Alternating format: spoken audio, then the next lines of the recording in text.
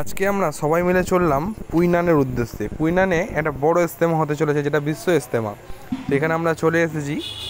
এই জায়গার মধ্যেই কিন্তু বিশ্ব ইজতেমা হচ্ছে। এখন দেখতে পাচ্ছেন মসজিদ ঘরের কাজ চলছে।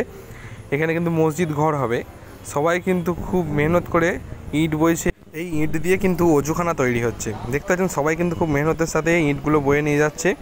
এগুলো আমাদের সাথী, এরা কিন্তু ইটগুলো বয়ে নিয়ে যাচ্ছে। ইটগুলো বয়ে নিয়ে গিয়ে এখানে জড়ো করছে। এইখানেই অজুখানা তৈরি হবে, তার জন্য কিন্তু ইটগুলো জড়ো করা হচ্ছে। দেখতে পাচ্ছেন এই জায়গাটা কিন্তু অজুখানা তৈরি হচ্ছে। অজুখানাটা তৈরি করছে আমাদের এই সাথীরা। তো যারা যারা এখানে কাজ করতে ইচ্ছুক তারা কিন্তু সবাই চলে আসবে। এরা সব কাজ করতেই এসেছে এখানে। এখন একটু রেস্ট নিচ্ছে, দেখতে পাচ্ছেন।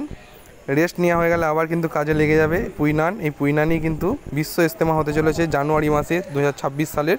এখানে দেখতে পাচ্ছেন কাজ চলছে অজুখানার। চাচা বসে আছে, চাচা বসে বসে ইন্ট্রোডাকশন দিচ্ছে। এই দেখতে পাচ্ছেন চারিদিকে কিন্তু কাজ চলছে। এখানেও কিন্তু সিমেন্ট বালি জড়ো করা হচ্ছে। এখানেও কিন্তু কাজ চলছে, আমাদের সাথীরাই কিন্তু কাজ করছে এখানে।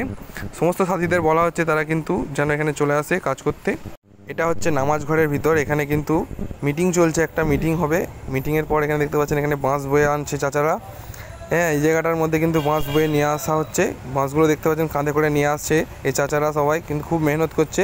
সমস্ত সাথীদের বলা হচ্ছে তারা যেন আসে, শরীফ হয় একসঙ্গে, কিন্তু সব যেন সহযোগিতার হাত বাড়িয়ে দেয়। এই দেখতে পাচ্ছেন এটা ঈদগাহের ভেতরটা, মানে আমাদের মসজিদখানা। এই জায়গার মধ্যেই কিন্তু বিশ্ব ইজতেমাটা হতে চলেছে। এখানে কিন্তু বড় মজমা তৈরি হবে, বড় একটা প্যান্ডেল তৈরি হবে। এখানেই কিন্তু এই জায়গার মধ্যেই ধান উঠে যাবে। ধান উঠে গেলেই কিন্তু এখানে ইজতেমার কাজ চালু হয়ে যাবে। এখানে বড় বড় প্যান্ডেল তৈরি হবে, ক্যান্টিন তৈরি হবে। দেখতে পাচ্ছেন সাথীরা খাওয়া দাওয়া করছে। সাথীদের কাজ হয়ে গেছে, খাওয়া দাওয়া করে নিচ্ছে তারা। টিফিন করছে মুড়ি, তার সঙ্গে আলুর তরকারি। তারপরে কিন্তু সাথীরা সবাই একসঙ্গে আমরা বাড়ি ফিরে যাচ্ছি। বাড়ির উদ্দেশ্যে রওনা দিয়ে দিয়েছি। এখানে আমরা সমস্ত সাথীদের বলা হচ্ছে তারা যেন ইজতেমার কাজে আসে, তারা যেন সহযোগিতার হাত বাড়িয়ে দেয়। আসসালামু আলাইকুম। তারা সমস্ত সাথীরা যেন আসে।